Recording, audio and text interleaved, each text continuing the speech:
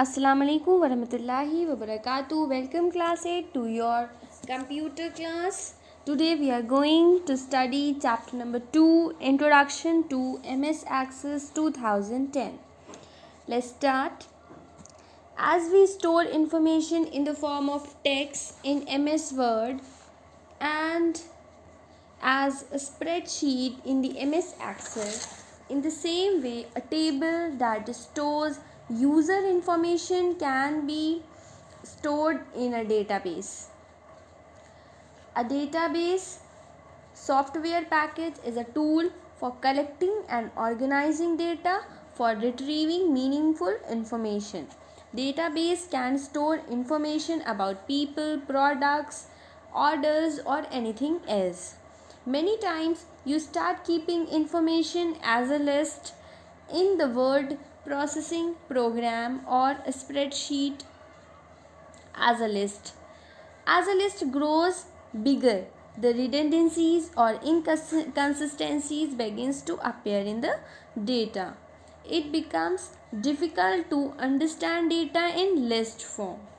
And there are limiting way of searching or taking out some required data for review. Once these problems starts to appear, it's a good idea to transfer the data to a database by relational database management system, or you can say RDBMS, such as MS Access 2010. MS Access allows you to create, arrange and manage the large amount of information.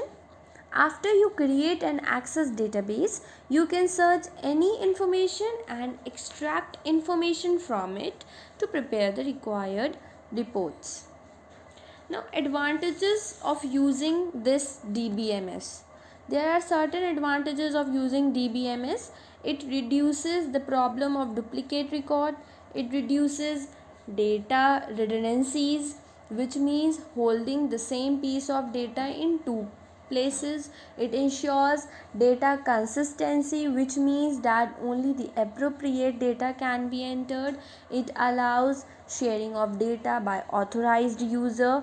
It is a cost effective method of developing and maintaining the data. Database. It is a place where you can store information related to a specific topic. A table is an organized collection of records. For example, telephone directory or address book or any other information that can be arranged in rows and columns. A computerized database is a container of objects. One database can contain more than one table. For example, an inventory tracking system that uses three tables. These three tables is that uses three tables. Here, three tables is not three databases, but one database that contains three tables. A table is the basic building block of a database. It contains data in the form of rows and columns and looks similar to a spreadsheet. A column in a table is called a field. A row in a table is called a record. A row contains a single entry for each column. An Access database stores its table in a single file along with other objects such as forms and reports. Database is created in the MS Access 2010 format. Have the file extension .accdb. Next is starting MS Access 2010. To start MS Access 2010, click on Start All Program, Microsoft Office, Microsoft Access 2010. The MS Access 2010 screen opens, as you can see here. The blank database template is selected by default. Click on the Create button. The MS Access window with the blank database and an empty table appears. Now this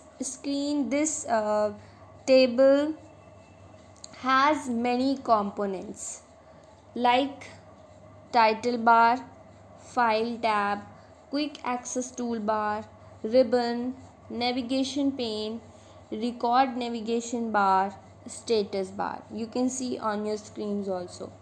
Now, what are the functions of these components? Let's study. Title bar. What is title bar? It is present at the top of the MS Access window. It displays the name of the application as well as the file name of the current database. Okay, next is quick access toolbar. It displays the save or undo and redo buttons. You can add more commands by clicking on the drop down arrow present on the quick access toolbar. Next is ribbon. Ribbon is present below the title bar and has a set of tabs. Each tab displays some commands organized into groups. Next is navigation pane. It is present on the left side and display a list of all objects in your current database. Record navigation bar. It is used to navigate through the records in table. You can also create a new record or search for an existing record here. Status bar. It is present at the bottom of the Access window and displays the current view of the active database. Now, data types in MS Access. You can use Access to store different types of data in a table. These data types vary according to the field in a table. The various data types, let's study the various data types and their uses. First data type is text. It is used to store text or numbers that do not require calculation, such as mobile numbers. It stores up to 250 characters. Next is memo. It is used to store lengthy text and numbers such as notes and long descriptions. It can store up to 65,536 characters. Next is number. It is used to store numbers on which a calculation has to be done. Next is date and time. It is used to store the date and time. Currency. It is used to store values involving money.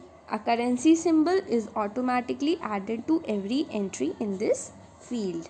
Yes or no. It is used when there are only two possible answers, yes or no. A checked box represents yes and an unchecked box represents no. Hyperlink. It is used to store websites or email addresses. Next is creating a new database. To create a new database, what we do, first we click on the file tab, then click on the new option, then click on the blank database from available template. Then on the right pane under blank database, type a name in the file name box. You can see that blank database, below this blank database there is a column of file name. Here we can write file name.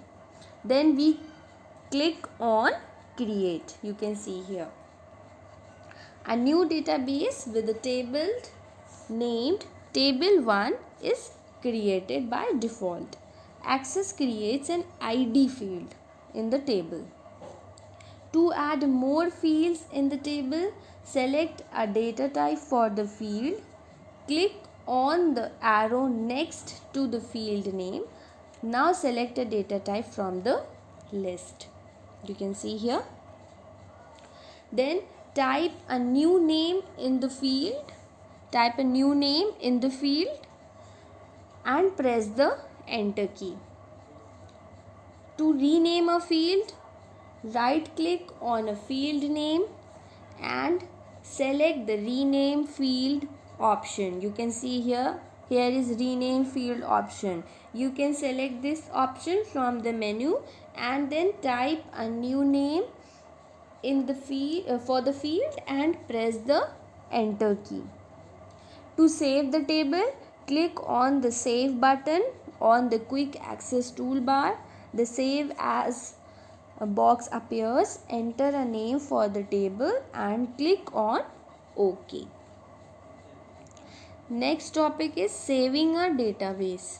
To save a database, you have to follow some steps. Step 1 is click on the file tab.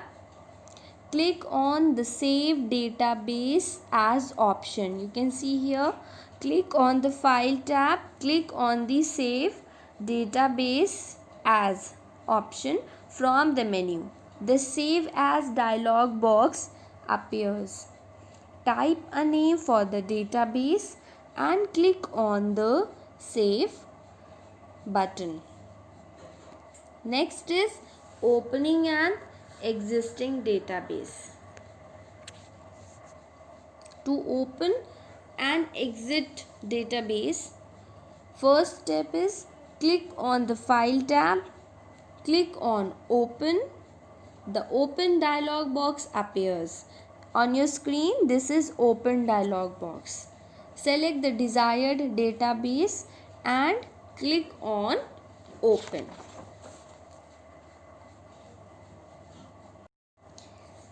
Your chapter is finished now, and now what you have to do, you have to go through the chapter, read the chapter thoroughly and do the exercises.